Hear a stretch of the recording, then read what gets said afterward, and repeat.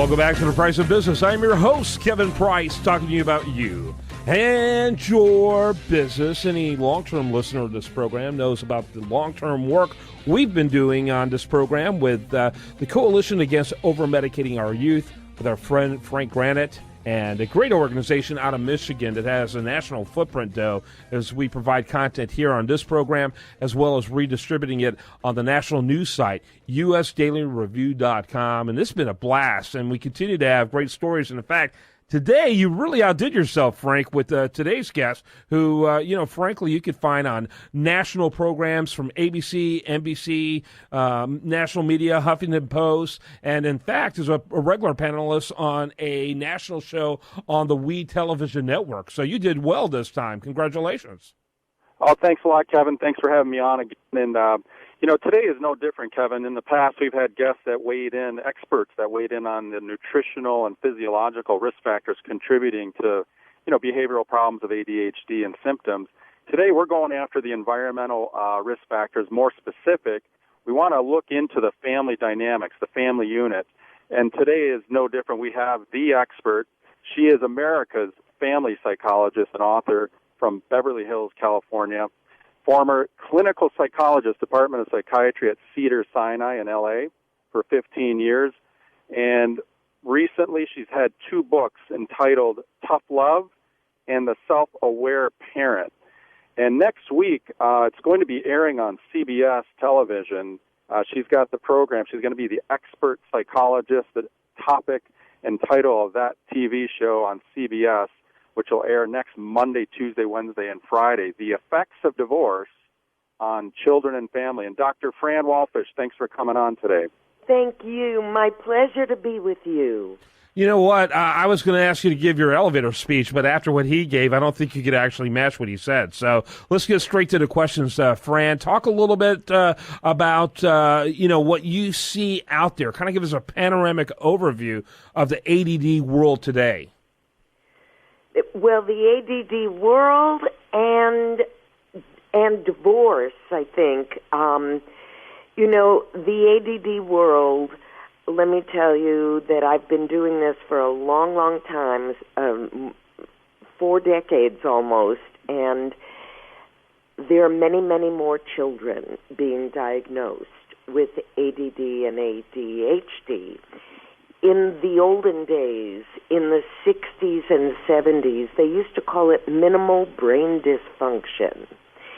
And then they called it just awkward kids. They didn't know how to categorize these children.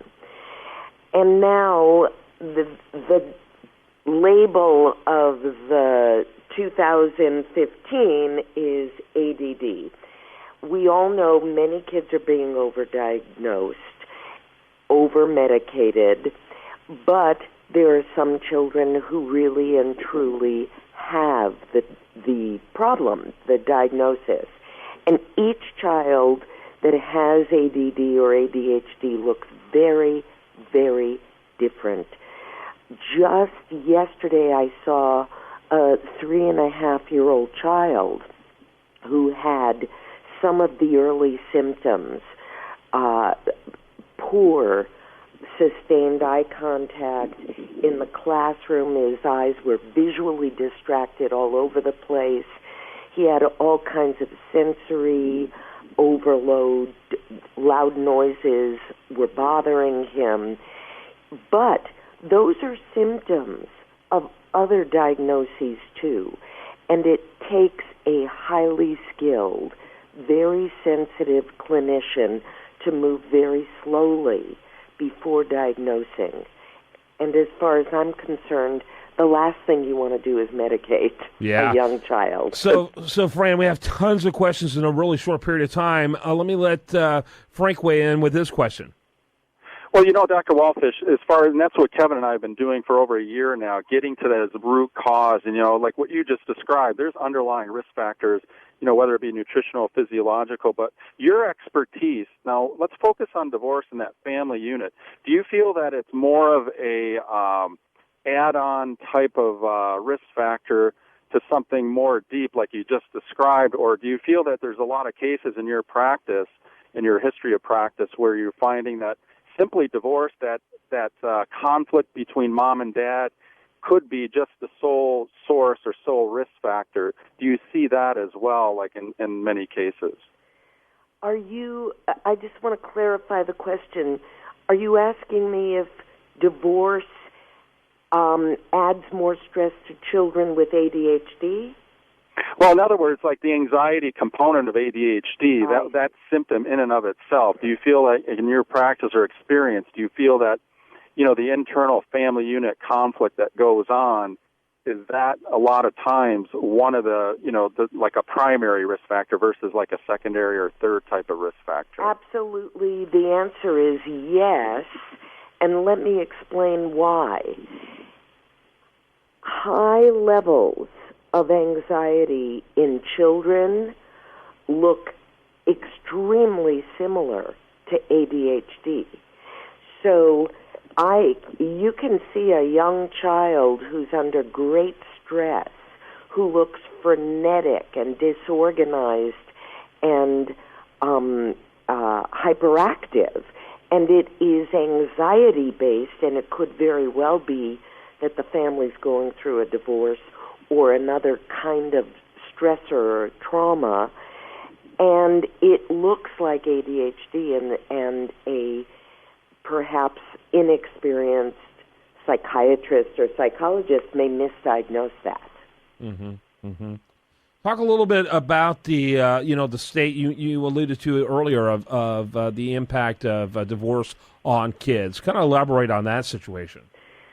Well, let me tell you, when I first started my private practice 20 years ago, I think I had one or two children as patients who were kids of divorce.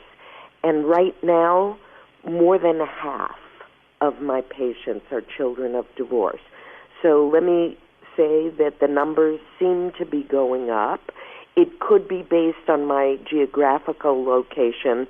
I'm in the heart of Beverly Hills, where there are celebrities and Hollywood's elite comes, but I am seeing a lot more kids, so I have a larger range of experience.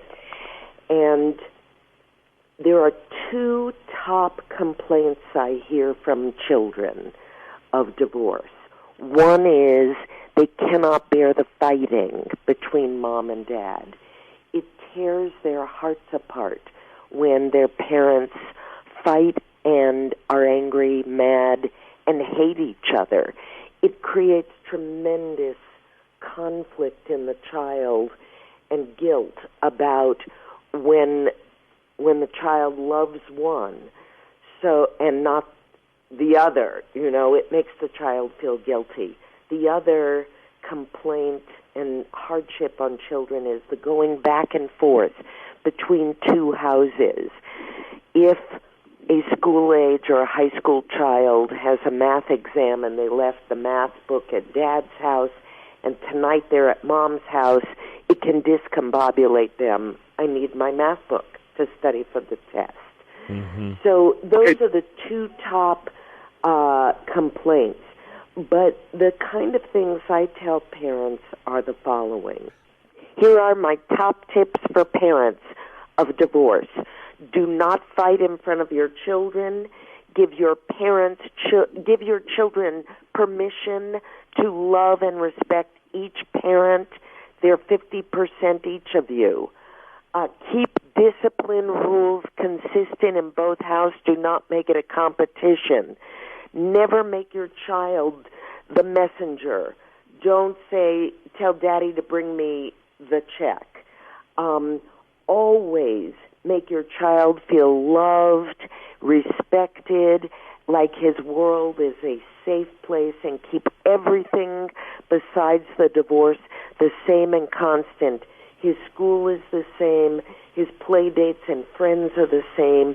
Grandparents, extended family. Mm-hmm. Encourage your child to know he and she are loved by many, many, many people. Fran, got to go on that. Great points. It's DrFranWalfish.com. DrFranWalfish.com. CAOOY.com. And again, Frank Granett, you can learn more about him at CAOOY.org.